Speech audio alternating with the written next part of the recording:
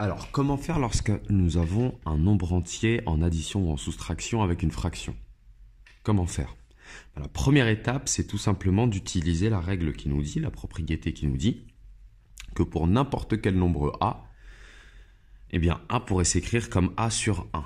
En réalité, quand on divise par 1 est appelé neutre pour la division. Donc si on divise par 1, ça ne change absolument rien pour notre nombre, pour le nombre que l'on divise. Donc ça, c'est une petite chose à savoir. Du coup, 5, eh bien, on va en profiter pour le mettre sous forme de fraction. Bien oui, parce que les additions et les soustractions, on ne sait les effectuer qu'entre des fractions. Entre deux fractions. Entre deux nombres en écriture décimale, certes, mais 2/3, on ne va pas pouvoir l'écrire en écriture décimale, il faut le maintenir comme fraction. Donc c'est plutôt 5 qu'on va ramener sous forme de fraction. Le voici, 5 sur 1 moins 2/3. Que nous reste-t-il à faire? Eh bien, on connaît la règle, on sait que on peut multiplier le numérateur et le dénominateur par un même nombre différent de 0, sans pour autant changer la valeur de la fraction. Et il faut en plus que j'ai bien sûr le même dénominateur sur ces deux fractions-là.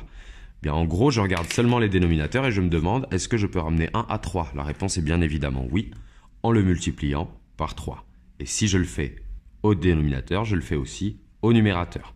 Ce qui me donne donc une fraction qui a une nouvelle figure, un nouveau visage. C'est 15 tiers. 15 tiers moins 2 tiers.